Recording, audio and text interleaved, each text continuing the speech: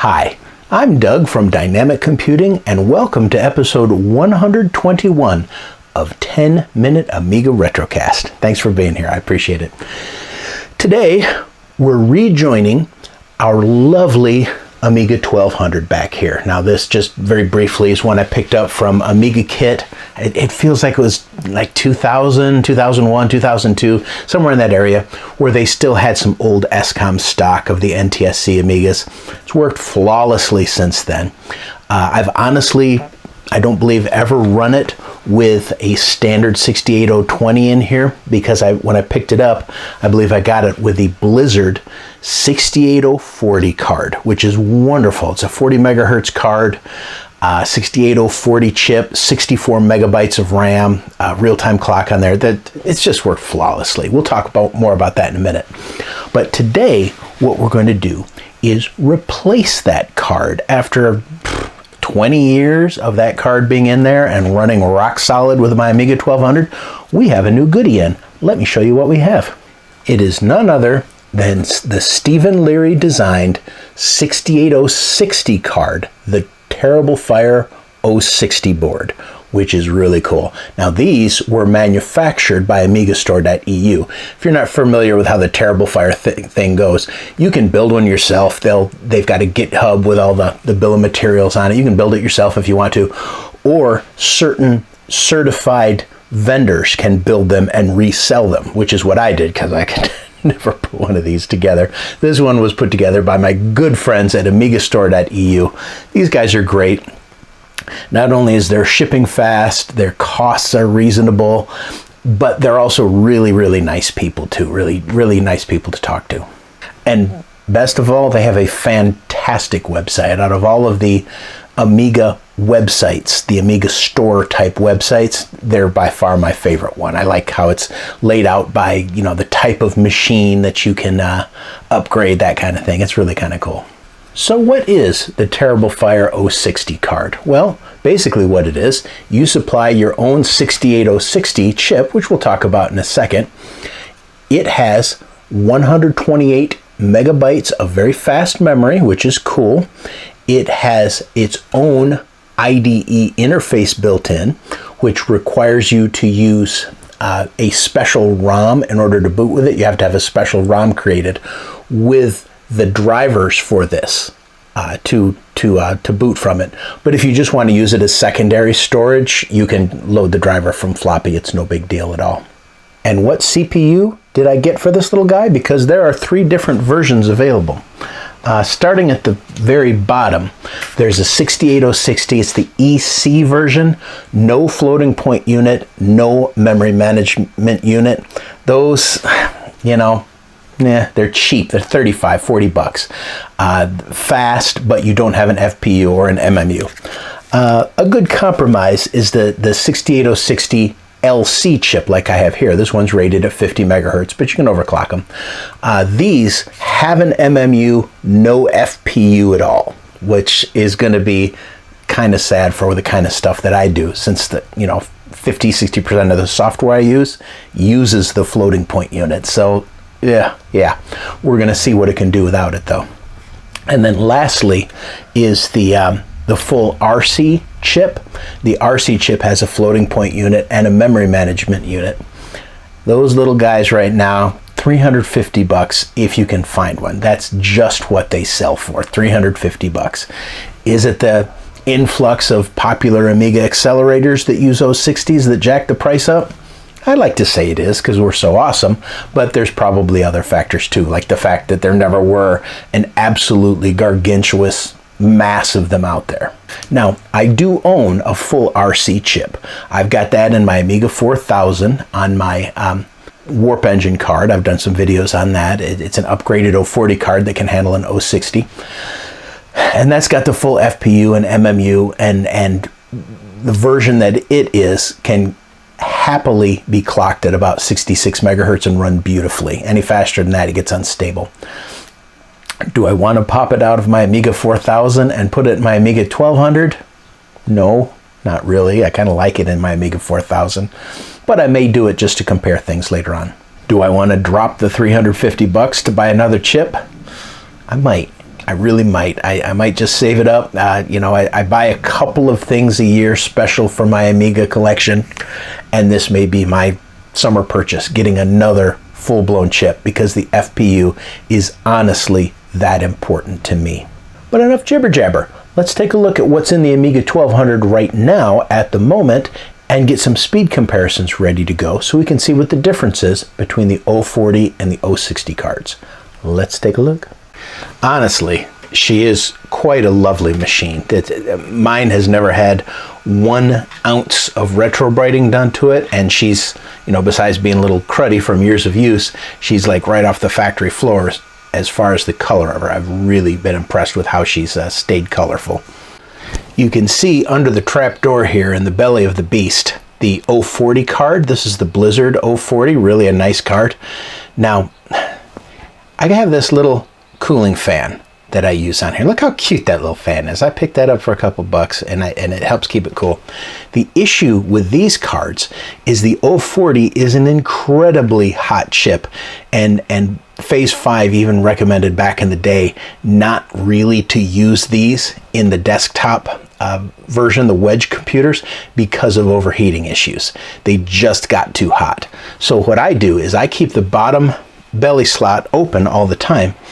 I had my friend David Z, who you all know and love, build me 3D print these little stands, and these actually fit right on the rubber bumpers right here, and they elevate the Amiga 1200 a little bit off the ground, so there's plenty of air clearance. So I can have a fan on here, I can have a heat sink on here that sticks out a little bit out of the belly of the Amiga 1200.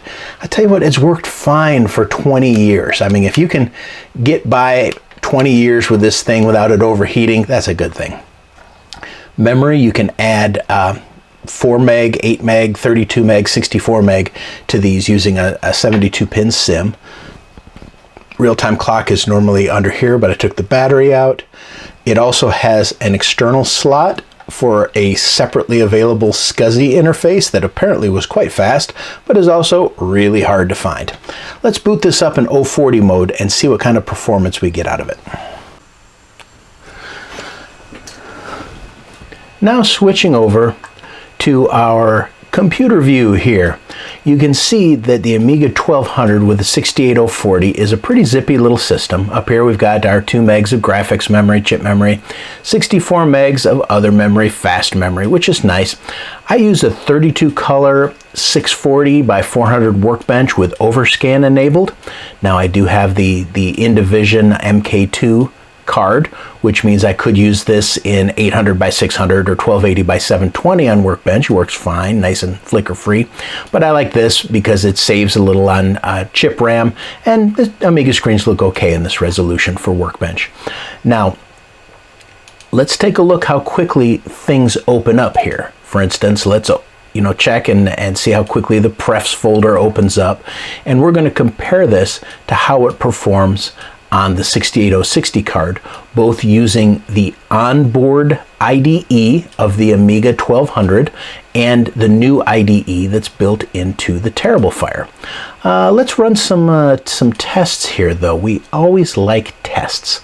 Let's go to our work drive, applications, utilities, and our good friend Sysinfo. We love Sysinfo.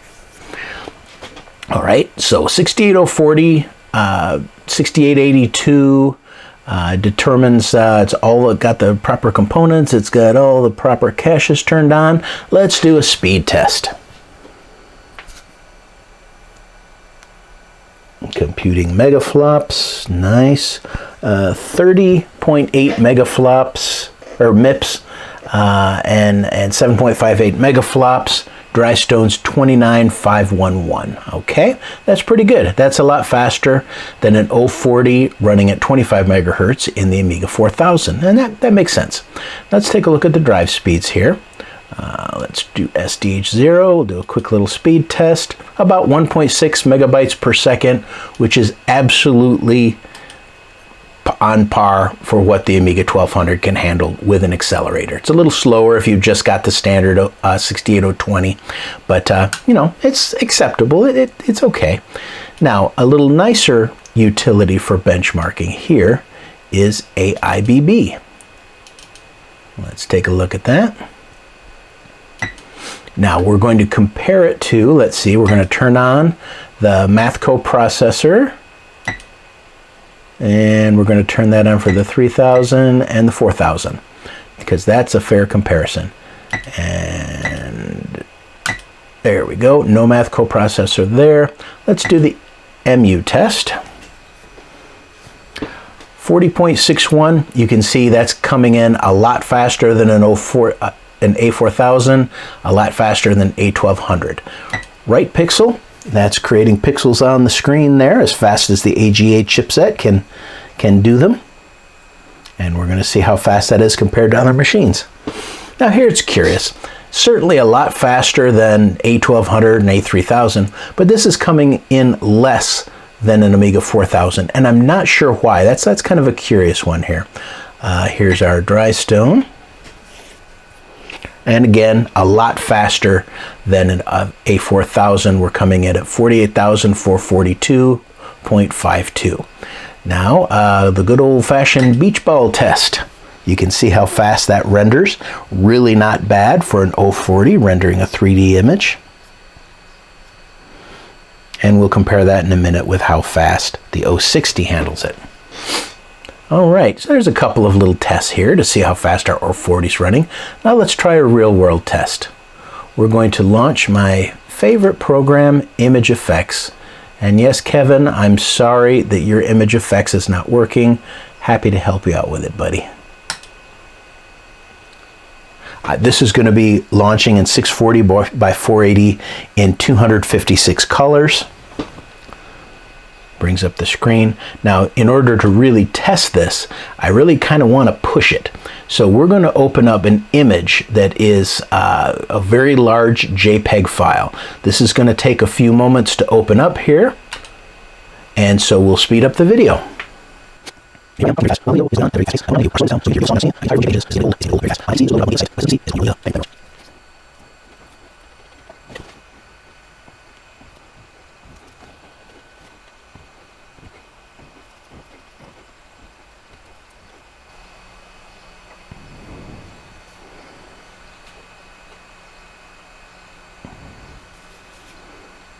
And you can see that that took forever to load. And it took forever because it's a 4032 by 3024 JPEG image. So this is about 13 megapixels here or so. But the 040 chip in here can handle it just fine. It opens it up and handles it just fine. It used up, about 400K of graphics memory, but it's using up a good, almost 2/3 of my my fast memory here to decompress that into memory. So yeah, it came in just fine. Now, first things first, it takes so long to load because it has to kind of decompress the JPEG file and put it into the Amiga's memory as more of a full-size image. So it's not only pulling a big file off the drive, it's doing some decompressing too. Let's resize it first. So we're going to half the size, blink. Says it can't allocate a buffer because I don't have enough physical RAM for an undo buffer. That's fine. We'll let it scale the image, and we'll do this one in real time. See how long it takes to scale the image. Now this should be using the FPU to help scale things here. Not bad, really. All right, let's try rendering now.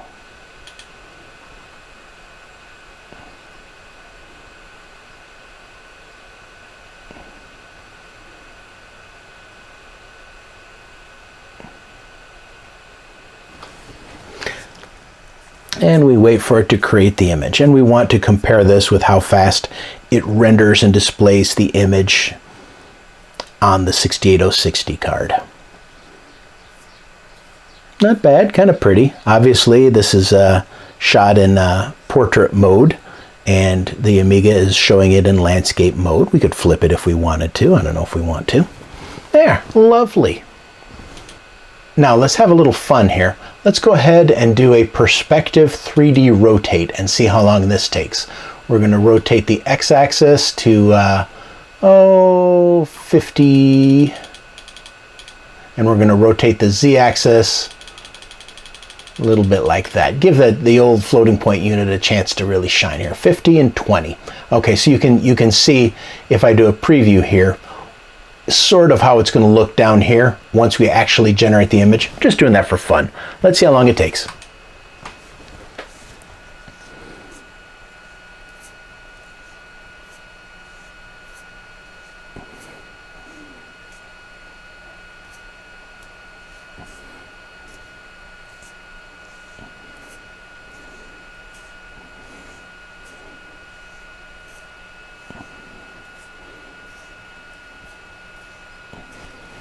All right, now we'll go ahead and render it just for laughs, because that's what we want to do. Because if we're going to make these adjustments to the image, we want to see what they look like. Again, this is completely useless. We're just experimenting with kind of pushing the Amiga and what it's doing, so we can really push the processor and see what kind of performance differences. But you know, obviously this particular picture, there's not a whole lot I'm going to do with this one here. But the perspective effect is kind of cool. I can see a lot of instances where we could have a lot of fun playing with the perspective and then taking these images and maybe bringing them together with something else. All right, so I think we'll agree the 68040 is pretty quick, certainly a cajillion times faster than trying to do this on a 68020, and you literally couldn't do it because the 68020 in the Amiga 1200 can really only see like 8 to 10 megabytes of memory. Now, let's put our new processor in here and see what our differences are. Here we've got the belly slot free and clear now. You see I've got the RC chip, 68060 RC, all plugged in here. Now, let's see how we install this. This, interestingly enough, the processor is on the top of the card now instead of the bottom like it was with my Blizzard. So let's go ahead and see what we can do. Out of my way, little temperature sensor wire.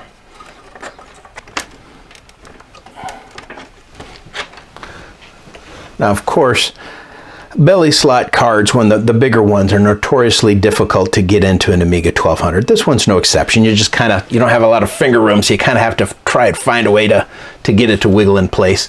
And a lot of Amiga 1200s, they really like it if the slot is maybe pulled out a millimeter out, something to do with how it makes contact there. So we'll see if it recognizes it. Let's flip it over.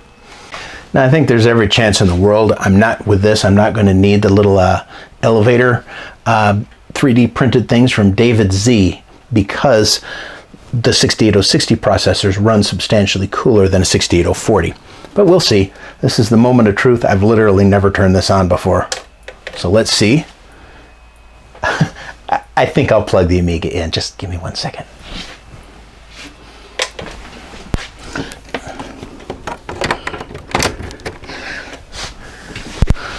Who knew these things required actual electricity to run? All right, we got a green light on the Amiga. And again, I'm not using the onboard IDE of the TerribleFire right now. I'm using the onboard IDE of the Amiga 1200, and that is intentional. Hard drive light is blinking. This is good. Seems to be booting up at about the same speed as the 68040.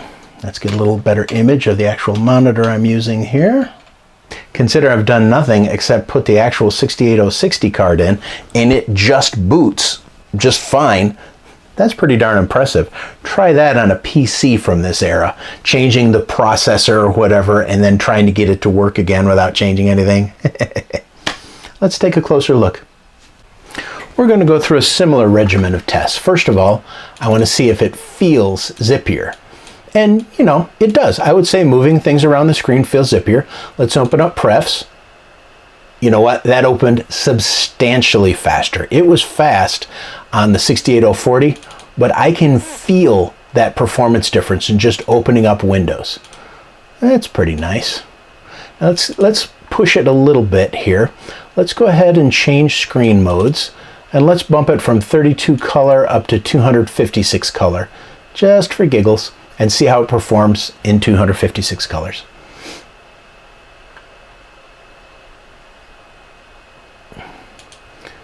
Yep, you can see that it starts to drag a little bit in 256 color mode in Workbench, but it's perfectly acceptable.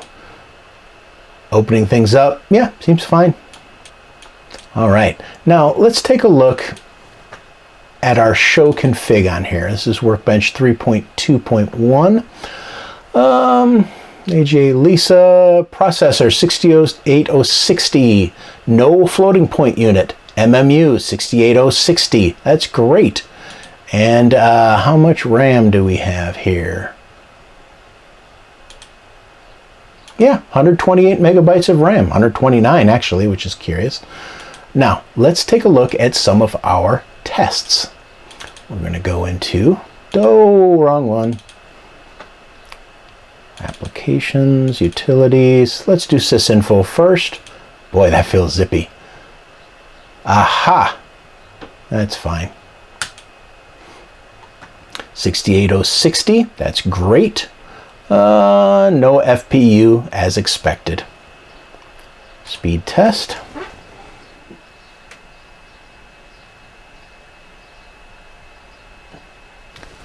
And 39.22 MIPS. Interesting. 37,574 dry stones. Isn't that smaller than before? Huh, curious. Wonder if I have an issue with the 68060 library not being on here. I think I have it on here, but I'm not sure. Let's take a look at the drives. This is the onboard controller and drive speed.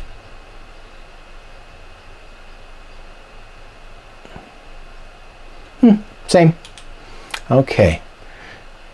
Now, just for giggles, what I'm going to do is we're going to take a look and see if the 68060 libraries are actually being used here. So let's go to our libs folder.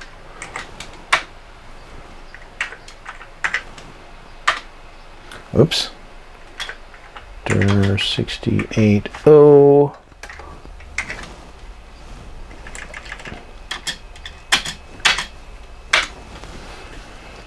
Yeah, okay, yeah, it should be using the 68060 library. We should be fine there. Interesting how the dry stone test was lower. Maybe it combines both standard and FPU tests together there. Let's go into AIBB.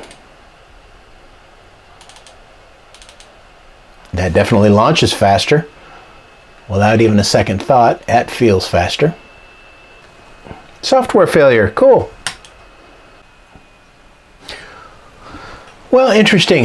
Testing AIBB a couple of times and it crashes both times. So I will have to investigate and see if there's an issue with AIBB running on a TerribleFire, and we'll test that one some other time. And that, my friends, was the beginning of an interesting experience with the 68060, the TerribleFire. Most of it revolved around the fact that there was no floating point unit. I would try and launch AIBB, just crashed. I could not resolve that one. I ended up reinstalling the Amiga OS 3.2 libraries, make sure I got those installed correctly, fine. There's a floppy that comes with the TerribleFire that has some drivers on it, loaded those up, same thing, AIBB would crash just nonstop. So there's maybe another version for the 68060, maybe I'm doing something wrong, I'll figure it out. And then ImageFX. I would launch ImageFX and it would just bomb out, crash completely. And I realized when I installed ImageFX, originally 2 years ago, I had done the installation for the 68040 with an FPU. So, okay, yeah, that's it. I had to uninstall it. You can't reinstall it using the 68060 code because that assumes there's a floating point unit in it. It also crashes with an LC chip. Wouldn't crash with a regular one, I'm sure. I had to install the bare bones version of ImageFX, just the standard, 68,000 code. Now, that works okay. I ran into a few issues I'm trying to get through, but I've worked around them. So it's using 68,000 code instead of optimized code. Even the other option that's in there to load 020 and 030 code uses an FPU. That's a problem. I tried to use Art Department Professional. Most of the things I tried to do said, hey, you don't have an FPU, you can't do it. So I totally get it that maybe 70% of you guys don't care a fig about a floating point unit. You'll probably, hook it up, you play some games, do some deluxe paint, a lot of yada yada yada, works fine without an FPU. But guys like me and guys like who want to do maybe some Lightwave 3D or something like that, some ImageFX, some Art Department Professional, really wants that FPU, and I really want to get the RC chip put in here. But that doesn't stop us from looking at the rest of this. Let's take a look and see where we're at. Now, I also went ahead while I had when I was working on things, and I put the custom 3.2.1 ROMs in here that have the special driver for the IDE on the TerribleFire. I put those ROMs in there, booted up just great, didn't need anything else. And I also put my compact flash interface directly on the TerribleFire. Let's see what that does to the hard drive performance of this little guy. Come on.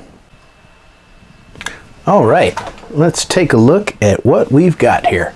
Now, first of all, with this new hard drive controller that's in here, performance of opening up Windows is even better. I think you'll agree that's even snappier than it was before. Launching things is really fast. Like, let's get Pro right up here. I mean, that is instantaneous. And the hard drive controller seems to work absolutely beautifully. Ooh, let's launch Eyebrows. That's how it takes forever to launch. Let's go ahead and launch Eyebrows. See how long that takes. Not too shabby. Yeah, that comes up nice and quick. That is really impressive. Now, let's go ahead and take a look at the performance. We are unable to run AIBB. It just crashes, so we're just going to have to look at good old-fashioned Sysinfo. Even with all the optimizations I did, when I tell it to do a speed test, it comes back with the same results, 71 times faster than an Amiga 600, about 2 times as fast as Amiga 4000. Just does not seem to be the performance that I would expect. My 68040 comes in right about here. I expected it to be a little better than this, but it's still really darn good. But let's take a look at the drive speed here. We're going to do SDH0, 6.5 megabytes per second, SDH1 coming in at 4.3, and I've seen it register even higher than that. So really good hard drive performance out of this thing. And it's noticeable too. When I'm clicking around and launching things, everything launches really fast. Let's go ahead and go to ImageFX. Like I said, I had some issues with it, but I do have it running. I'm still running into a few little places where it crashes, but I'll see if I can get past those.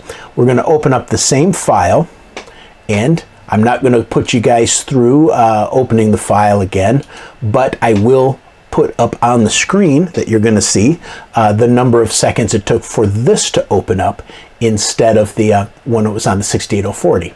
So we're going to go get the same file here, docs, pictures, and that's almost a 5 megabyte file. And that is absolutely coming up faster than on the 68040.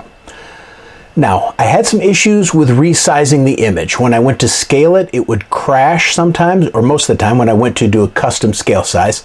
So I'm going to cut it in half once. Now notice it's not giving us the error message about not having enough buffer for an undo buffer because we now have 128 megs of RAM. There, it scaled it in half. We're going to scale it in half again. Look at that, how quick that is. Now it's a 1008 by 756, which should be a fine size image to display. Let's go ahead and render it, and you'll see how much faster it is at rendering. Let's choose a nice screen mode here. We're going to go back to 1280 by 720 in 256,000 colors, and we'll render this little guy.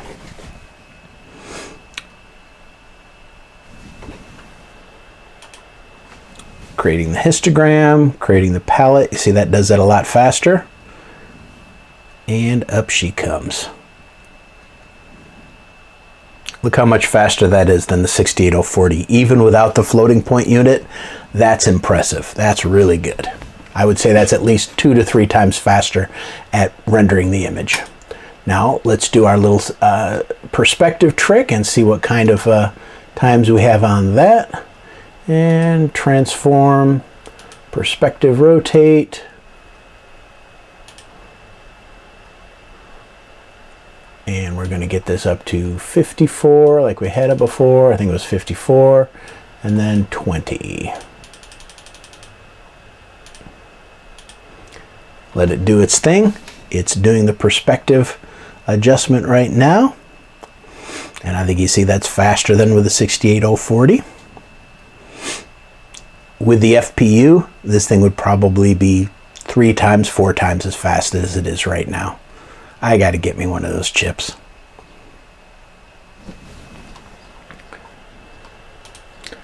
And it generates the image just fine. Just for laughs, let's go ahead and render it.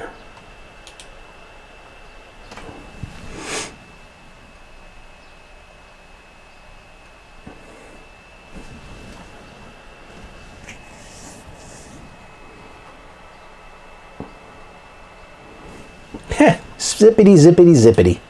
Not too shabby. Now, if you're just going to be playing games, literally, you'd be just fine with a 68030 running at 33 or 40 megahertz. But if you're doing anything serious on your Amiga, this is nice. This is really nice. Let's take a look and make sure it actually launches games okay, though. We're going to launch my favorite here. Deluxe Pac-Man AGA.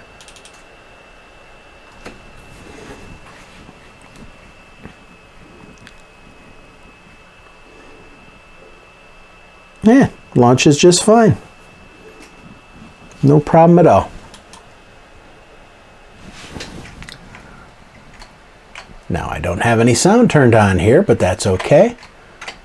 So a lot of your WHD load games, they're going to work just fine with a 68060 because WHD load takes care of all of the conversions that are necessary. Come here, you stupid ghost. Ah! So in conclusion here, me personally, I need to get a 68060 with an FPU. I may steal mine from my Amiga 4000 for a little while just to test it out, but I think I'm going to make a bid on a couple of them and see if I can find one for a reasonable price. Your issues with an FPU or lack of an FPU probably will not be the same as my issues. All right, if you're using it for playing games, doing some artwork, things like that, you're okay. It'll work okay. But if you can get the full 68060 RC chip, just do it. Just get it. Will this be a replacement for my Blizzard? I think so. I think I'm going to keep this 060 card in here. I really like the day-to-day performance of the 68060 in my Amiga 1200 here. This thing just flies. You saw how I opened ProWrite. Boom, it's up, you know. So I think doing normal day-to-day stuff, that is going to be an incredibly nice machine.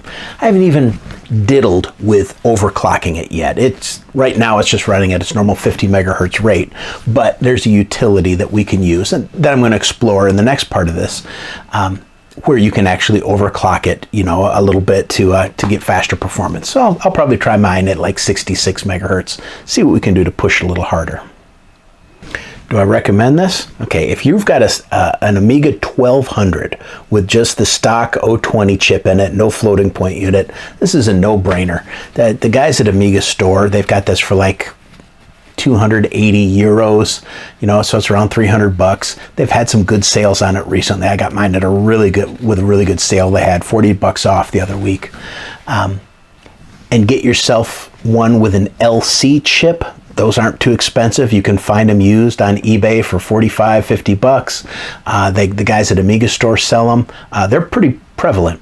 If you can live without an FPU, this is a fantastic upgrade. Really, really, really a mind-blowing upgrade. If you have a spare RC chip with a full MMU and FPU, and you have a chance to put one in here, you've got yourself one of the best Amigas out there. The only thing that can probably beat it performance-wise would be a Vampire, and that uses a totally different kind of architecture. So my vote is, get one. If you can afford it, if you can find the right chips for it, this is an A+ product, and the guys at Amigastore did a really nice job putting it together. Huge thanks to my patrons. Thank you guys all very much. You guys are the best. You can see their names scrolling in front of a nice Ham 8 image of my lovely daughter when she was probably 6 or 8 months old or so, wearing a nice little clown wig. Thank you. I hope this doesn't embarrass you, Emily, who's now almost 21 years old. I appreciate it very much, guys.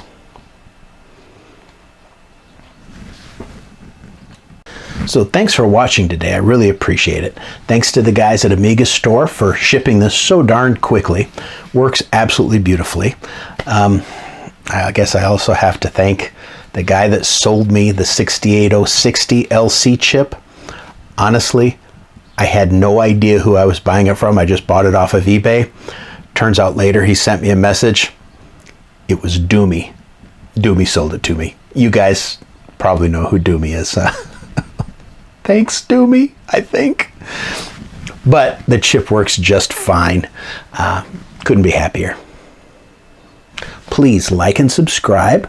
Follow me on Twitter, Instagram, Facebook. I'm fairly active on there. I'm always talking about new stuff. But until next time, this is Doug from 10-Minute Amiga Retrocast signing out to go track down a 68060 chip with an FPU.